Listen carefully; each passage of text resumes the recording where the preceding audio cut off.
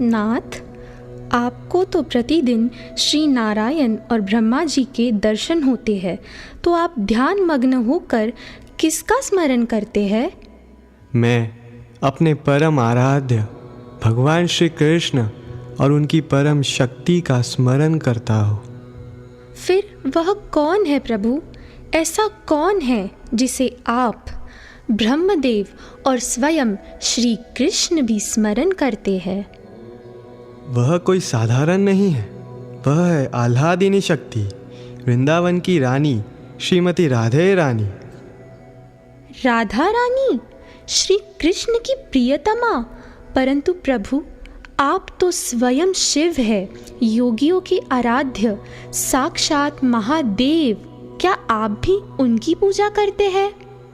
हाँ देवी, राधा रानी केवल श्री कृष्ण की प्रियतमा नहीं है, वह भक्ति की चरम सीमा है, प्रेम की सर्वोच्च अवस्था। प्रेम? जहाँ राधा है वहाँ कृष्ण स्वयं प्रकट हो जाते हैं। जो राधा को जान ले वह कृष्ण को सहज पा लेता है, और जो उनका भजन करता है उसका जीवन पूर्ण हो जाता है। एक बार माता राधा ने देवताओं की भी रक्षा की थी। क्या आप मुझे वह कथा सुनाएंगे?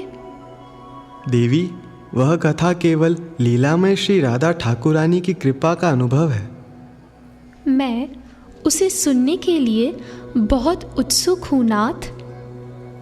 ब्रह्मांड में जब असुर हर्षण और मर्षण उत्पात मचाने लगे, तब यक्ष, गंधर्व, किन्नर, यहाँ तक कि देवता, मनुष्य, कोई भी उनके अत्याचार से बच नहीं पाया। क्या उन असुरों की शक्ति इतनी अधिक थी? हाँ, वह कालनेमी के पुत्र थे। उन्होंने एक गोपनीय विष्णु मंत्र का जाप करके अत्यधिक सिद्धियां प्राप्त कर ली थी। यहाँ तक कि सेनापति कार्तिकेय और रणरंगिनी देवी कालिका भी उनसे युद्ध में पराजित हो गई। फिर देवताओं ने क्या किया? देवता ब्रह्मा जी को लेकर मेरे पास आए। मैंने ध्यानस्थ होकर देखा, उन असुरों को विष्णु मंत्र का जाप करने से शक्तियाँ प्राप्त हो रही थी। इसलिए श्री विष्णु और श्री हरि भी उनका वध नहीं कर सकते थे। तो फिर उनका अंत कौन कर सकता था?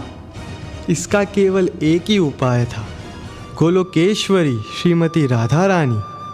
प्रेम की अधिष्ठात्री राधा रानी। हम सभी देवगण गोलोक के द्वार पर पहुँचे और वहाँ हमने वेदों की ऋचाओं से श्रीमती राधा रानी की स्तुति की। फिर क्या हुआ?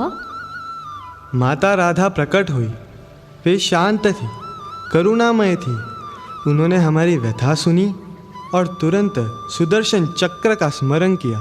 क्या सुदर्शन चक्र स्वयं प्रकट हुआ? हाँ, मानवी स्वरूप में था। हाथ जोड़कर खड़ा था और कह रहा था, माँ, आपकी आज्ञा की प्रतीक्षा है। और फिर क्या हुआ नाथ? राधा रानी ने केवल संकेत किया और सुदर्शन चक्र वायु वेग से चला गया। दोनों असुरों का सिर उसने धड़ से अलग कर दिया। अद्भुत लीला है यह। प्रेम स्वरूपिणी राधा जी की शक्ति तो असीम है। हाँ देवी, उन्होंने महाबलशाली कंस को भी दंड दिया था। बलशाली कंस और सुकुमारी राधा रानी?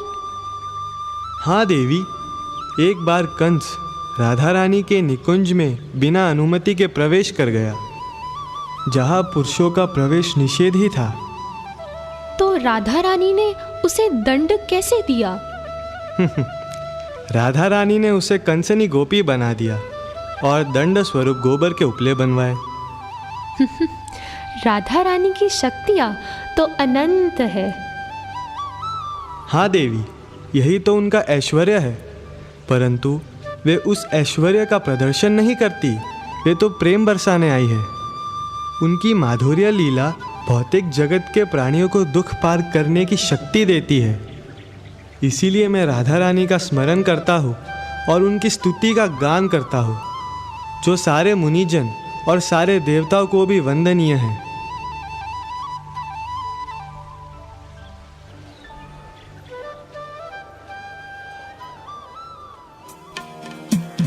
मुनीन्द्र वृंद वंदिते त्रिलोक शोक हारिणी प्रसन्न वक्त्र पंकजे निकुंज भूविलासिनी